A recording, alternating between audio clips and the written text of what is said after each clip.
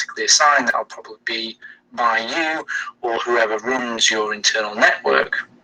And when clients are set to use DHCP, a DHCP server will dish out an IP address for that device to use. And usually, in probably 99% of cases on a local network, that's going to be your router. Let's look at how you can determine whether or not you're using DHCP. You know how to determine your IP address in Windows, OS X, and Linux. We're in Windows here now, so let's type ipconfig/all, and then I pipe that into more just to slow it down. The command you need is ipconfig/all. And if we look here, we can see DHCP enabled, no, and that's for this device here. DHCP is not enabled. If I go down again, I can see I've got another network interface here, and DHCP is enabled. So that's how you determine it in Windows.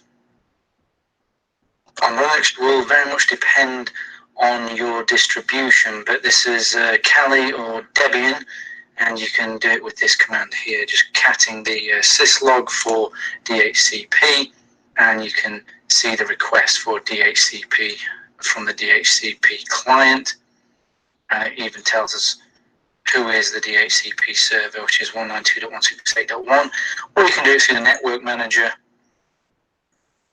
through here.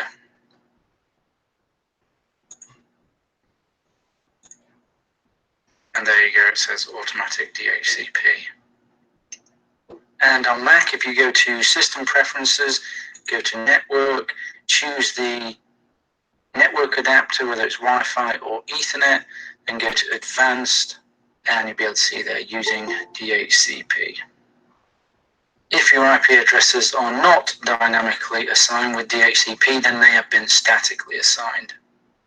So let's map the local network to see what devices we've got on there.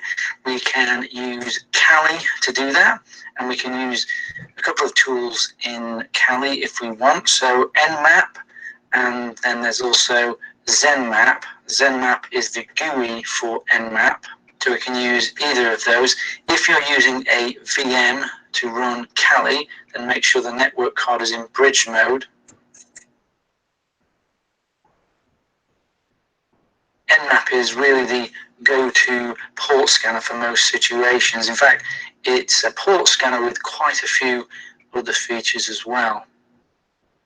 Nmap and ZenMap is available for Mac OS X and Windows 2, and you can get them from here, just download them from here, or with Windows, you can download them with Choco, or with Mac, you can download it with Brew.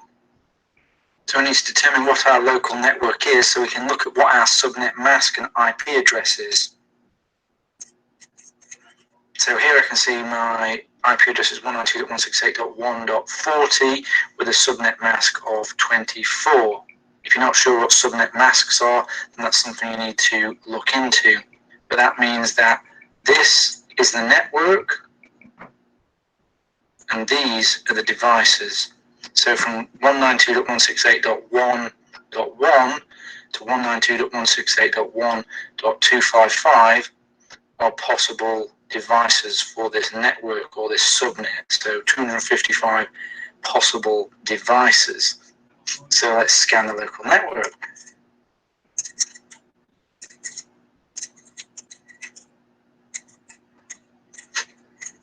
Your network is likely to be very similar, 192.168.1 something. So you would put in whatever your subnet mask is and a 0 instead of your device IP for the final number. And T is for fast execution and F is for few ports. So it's found 5 hosts and it's found ports on all of them. .40, .38, .35, .8, .1. Let's do this in ZenMap now. Just type ZenMap, run as root.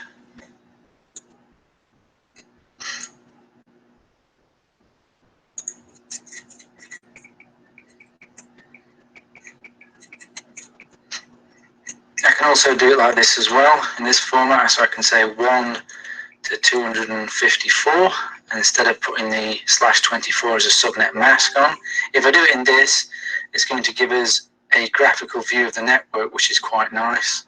And the A, by the way, is for OS detection, version detection, script scanning, and trace route, and the V is for verbose. So let's scan.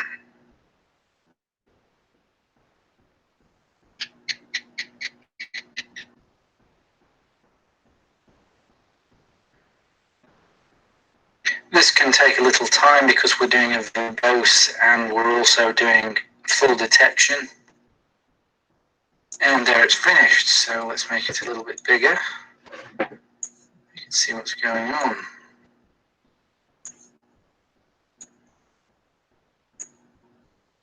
So the results here, these are the same results you would get if you were doing it via the command line, but also you get it to store the information via the GUI here. As we can see, it's found a Linux router. It's also found some other device, it's not quite sure what it is. A HP router, which is actually probably a printer. Another device here, and this device here. And we can look at the topology view. And you can see what's on your network.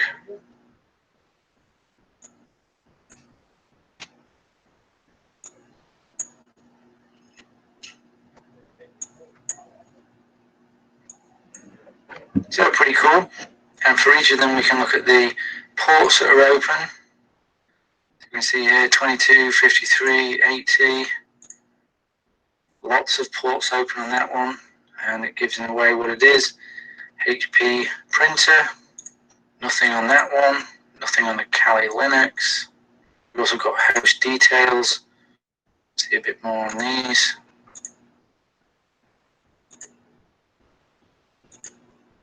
Or you can do it via services. You can see this is running drop bear SSHD. It's giving away its version information. So that's Nmap and ZenMap, enabling you to map your network and see what's on it. For Windows, other than ZenMap and Nmap, there's also SuperScan version 3, which I recommend. There's actually lots of port scanners, it's just I'm letting you know of the ones I recommend. That's Nmap, ZenMap, and for Windows SuperScan as well. For mobile, I recommend Fing, which is free and it's really excellent. It's for both iOS and Android. This is the Android version here. So it scans and finds the resulting devices.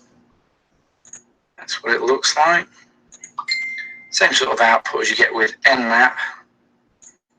And here's the version for iOS, which you can download from here. For some reason, Apple's actually having a problem with their site at the moment, but that looks like this. And yeah, it's really good as well. If your mobile's on the network, just start the scan, same as you did with Nmap, or same as I showed you with Nmap, and it'll show you all the devices, all the ports, all the services. Just like that. So that's port scanning the network and mapping the network. Now we're going to look at vulnerability scanning on your internal network to see whether any of your devices have got known vulnerabilities. Here, this is where you can download Microsoft's free Baseline Security Analyzer, which is MBSA, Microsoft Baseline Security Analyzer. And this is what it looks like here. You can run this against Windows machines, just download it, install it, and run it. So you simply click on scan a computer, or you can scan multiple computers at the same time. It's pretty intuitive. And you put in the IP address here, 192.168. What have you, then start the scan. Pretty simple. And you get something like this, which will report on any issues that you've got. So it'll tell me there's a problem with the Windows firewall, some user accounts, 3 or 4 blank passwords, the automatic updates feature has not been configured, etc. So it's a fairly basic test or vulnerability scan, but to be honest, if you've got any problems on this, then it's not good. For example, if you've got your auto updates not working, then that's something that's basic security. So that's Microsoft's Baseline Security Analyzer for Windows only. Kali has the Open VAS Vulnerability Scanner, which is free, which you can find if you go here, Vulnerability Analysis, and you can see these three options here. If it's the first time that you have run it, then you need to run this initial setup, follow the prompts, set it up for it to start working. You shouldn't have any problems. It tends to work fine. If you do have problems, then do a search to see what that problem might be, but generally it should be fine because you're using a standard build, and then just start the service. So that's starting. It can take a little bit to start, and there we can see it's running on the local host, and you can see it says Open VAS D, and also here. So you want to go to this address here, 127.0.0.1 on port 9392, which is what it's running on. You're going to have to accept the certificate because it's a self-signed certificate, obviously. You can change that if you want to. And then you need to enter the username and password. You can set this up. And if you see this command here, this will create a user called admin2 and put it in the admin group.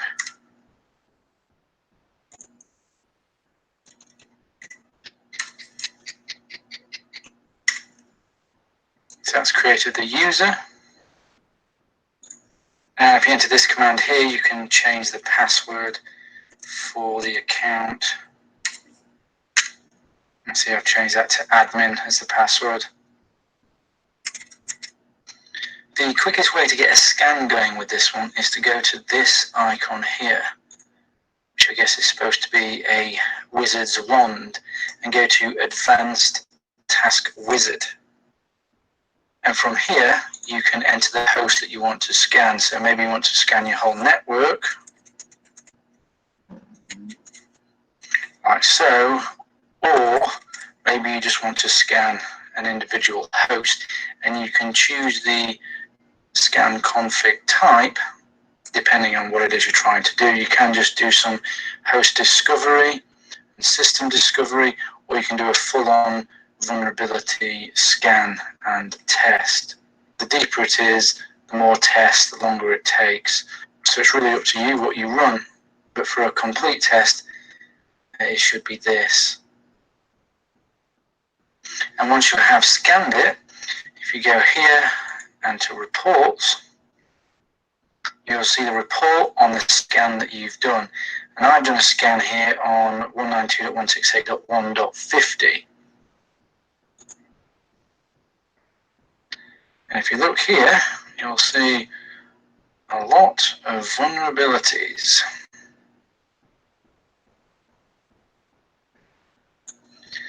This was actually run against Metasploitable, which is a deliberately vulnerable virtual machine, which is available from here. If you want to try it yourself, you download it, set it up as a virtual machine, and then scan it if you want to practice scanning and attacking boxes. Back to OpenVAS. So yeah, so it shows you all of the vulnerabilities. You can see what ports it's on. So we can see here we've got a SSH brute force login with default credentials, and it's able to log in using user as a user and password as the password. And there you go. And it'll also often have how to resolve it. So here you've got the solution for how to resolve it, and it has links to the CVEs, so you can find out more details about it. So yeah, you can find out whether you have any potential vulnerabilities. If you've got your devices up to date, you should be reasonably good. Your Internet of Things devices, like your smart TV or your router, potentially may have problems. But like I say, those that are updated should be okay of your regular devices. It's more of your Internet of Things that may be vulnerable. And this is the OpenVAS website where you can find further information on it.